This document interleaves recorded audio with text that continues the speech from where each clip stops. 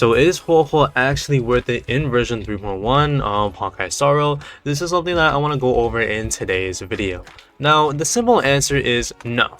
I don't think Huohuo is worth it at all, but that doesn't mean that she is a bad character. It just means that there's just simply better options. Now, Huohuo can do something that no abundance units can actually do, and that is just an increase in overall damage.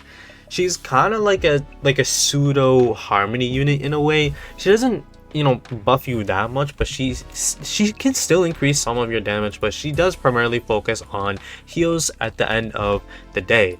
Now, is she bad? No. Do I think she's great? Yeah. Can she help keep your team alive? Yeah, absolutely 100%.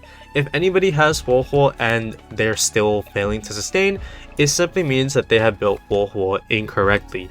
Huohuo, like any other limited sustain in this game, can keep your team alive perfectly fine, and I would actually choose her over a lot of the other sustain units in the game. So what it is that actually makes me not recommend her is just simply better options in the game right now. Number one is Aventurine. Aventurine is still considered one of, if not the best sustains in the game. He can't work in every team comp like HP Drain. He will be especially bad with casters because you want healing with casters, but Aventurine is still a great sustain unit overall for characters that don't rely on any kind of HP drain or HP manipulation of that sort. So if you want to use him with Firefly, although Gallagher will be better, you could still get away with doing that. If you want to use him with Herta and you don't have Jade, that is a great option. With Acheron, really good. Fei Xiao, best in slot, sustain. Now, what makes him so good is that he can shield and just keep your team alive. Like, his shield will never ever run out. Even if you don't use a skill and you just basic attack, if you go all in on defense, you will be good to go with Aventurine. His sustains are better than Huohuo's, and he can even increase the amount of crit damage that you do when you use his ult, since his ult actually increases the crit damage taken by whichever enemy you use his ult on. Although I don't actually know how much of an increase it is. I know it is still an increase though, which is nice. It could be anything though, it doesn't even say it in the kit. But another option that's better than Huohuo is actually Lingsha. Lingsha is actually way better than Huohuo. Not because of her healing capabilities, but because of her cleanse.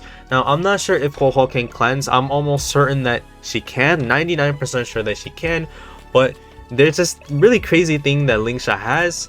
As a non-remembrance unit, she is one of the only few characters who isn't on the path of remembrance that actually has a summon on the field.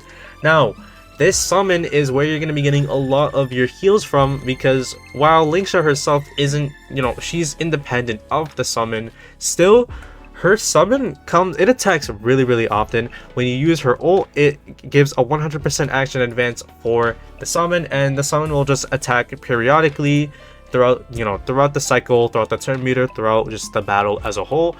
But what's crazy about this summon is one of two things. Number one is the amount that it heals is absolutely insane, to the point where you don't even need to use Lingsha as a break unit. You can just go all in on HP and she'll be absolutely nuts. Hence why I have Bilo's Lycon on her.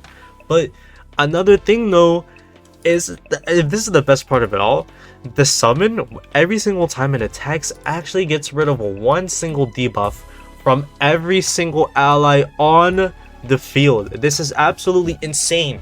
I still remember in this most recent Apocalyptic Shadow against Aventurine, all 4 of my allies were stunned because of Aventurine, but this summon, which again can still attack because it is independent of Lingsha, it went ahead and did its follow-up attack as usual, and it cleansed all 4 of my allies on the team, allowing them to have essentially an extra turn on the field, because they shouldn't have been allowed to attack, but they were still able to anyways, solely because of Lingsha. And she can actively cleanse your team a lot, multiple times in one cycle, making her, in my eyes, honestly, I think she might be better than Aventurine.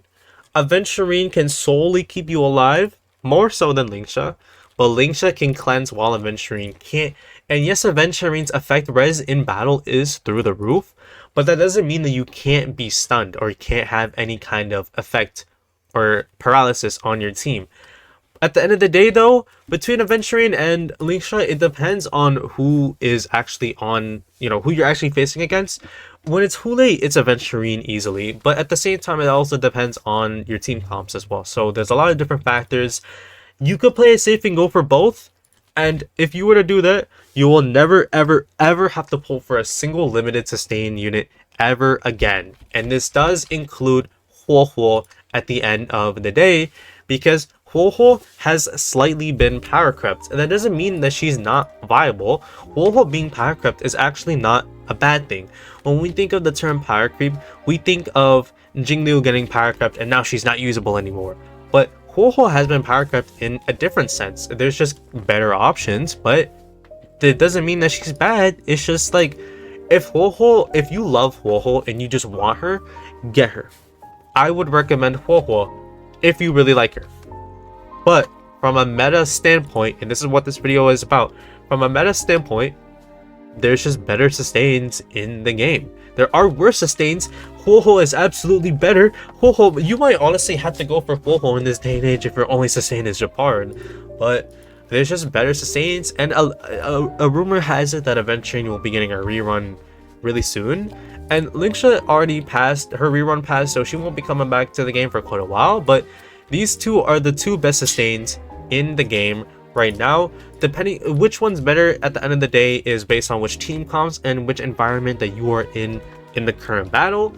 But collectively, they are both leagues ahead of Huohuo. But if you want her, just because you love her as a character, get her.